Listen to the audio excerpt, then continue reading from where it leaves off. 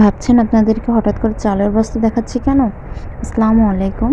এগুলো আসলে চালের বস্তা না, এগুলোর ভিতরে বন্যার্থদের জন্য কিছু সাহায্য করার জন্য কিছু কাপড় অ্যারেঞ্জ করা হয়েছে। সেই কাপড়গুলো আজ কুরিয়ার করে দিব। তো কাপড়গুলো কুরিয়ার করার জন্য এই যে নিয়ে যাচ্ছি। কারণ যার যার স্বার্থ থেকে যেখান থেকে আমরা যেভাবে হোক সাহায্য করার চেষ্টা করছি। শুধু টাকা পয়সা বা খাবারের তো প্রয়োজন তাই নয়, কাপড় চোপড়েরও তো প্রয়োজন আছে। সেই কথাই চিন্তা করে কিছু কাপড় চোপড় গোছানো হয়েছে বন্যার্থদের জন্য পাঠানোর। এই যে সব কিছু রেডি করে নিয়েছি। এখন আমরা বের হচ্ছি কুরিয়ার করার উদ্দেশ্যে।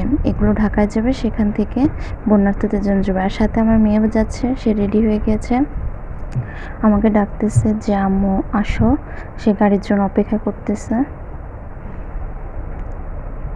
ফাইনালি আমরা আমাদের অটোয় উঠে গিয়েছি।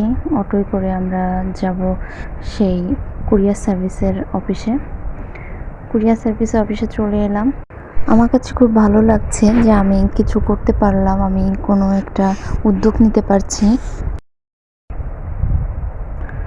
তো কুরিয়ার সার্ভিস অফিসের সামনে যে এখন এই বস্তাগুলো নামানো হবে। কুরিয়ারের কাজ কমপ্লিট করে এখন বুকিং দিয়েছি।